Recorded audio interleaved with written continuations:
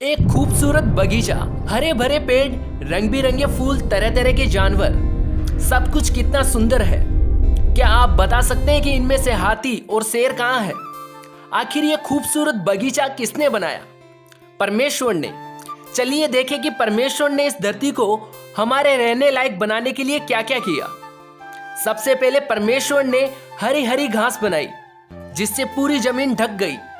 फिर उसने सब तरह के छोटे छोटे पौधे और झाड़ियां बनाए। ये पेड़ पौधे धीरे धीरे बढ़ने लगे जिससे सारी धरती खूबसूरत दिखने लगी।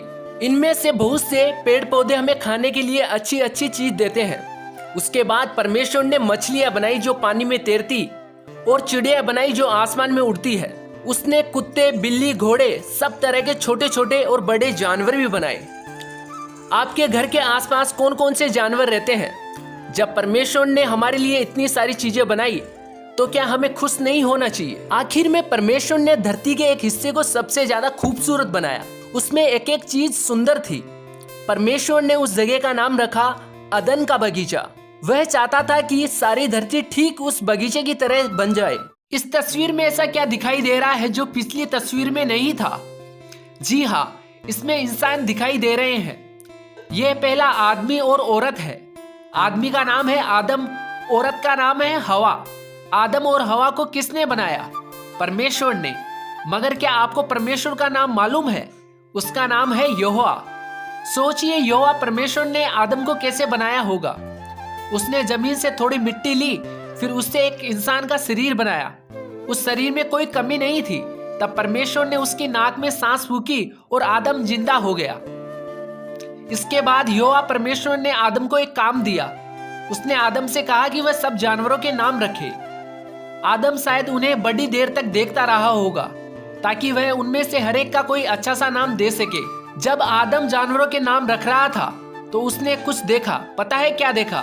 उसने देखा कि सब जानवरों के साथी थे मगर आदम का कोई साथी नहीं था। तब मालूम है यहोवा ने क्या किया? उसने आदम को गहरी नींद में सुला दिया। फिर उसकी पसली ली, एक हड्डी निकाली और उससे आदम के लिए औरत बनाई। वह औरत हवा आदम की बीबी बनी। अब आदम बहुत खुश था। सोचिए, जब हवा ने इतना खूबसूरत अदन बगीचा देखा तब वह कितनी खुश हुई होगी। अब ये दोनों हंसी खुशी से एक साथ रह सकते हैं और बच्चे पैदा कर सकते हैं। यहोवा चाहता है कि आदम और हवा हमेशा जिंदा रहे। क्या आपको खुशी नहीं होती? आदम और हवा ने भी परमेश्वर का दिया काम शुरू किया लेकिन वे ज्यादा दिन तक खुश नहीं रह पाए। आदम और हवा को अदन बगीचे से बाहर निकाला जा रहा है। पर क्यों? वे इसलिए क्योंकि उन्होंने एक गलत काम किया और इस वजह से यहोवा उन्हें सजा दे रहा है। क्या आपको मालूम है आदम और हवा ने क्या गलत काम किया?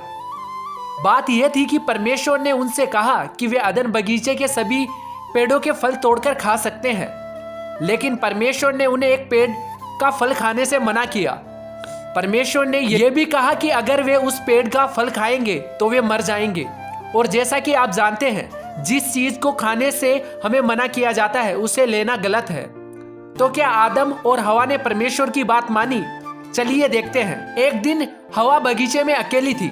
तभी एक सांप आकर उससे बात करने लगा। पता है उसने हवा से क्या कहा? उसने हवा से कहा कि वह उस पेड़ का फल खा सकती है जिसके लिए परमेश्वर ने मना किया था। परमेश्वर ने तो सांपों को इस तरह बनाया ही नहीं था कि वे बात कर सके। परमेश्वर ने तो सांपों को इस तरह बनाया ही नहीं था कि वे बात कर सके। फिर तो इसका एक ही मतलब हो सकता है, सांप के बोलने के पीछे किसी और का हाथ था। किसका? वह आदम नहीं था तो वह फिर कौन था?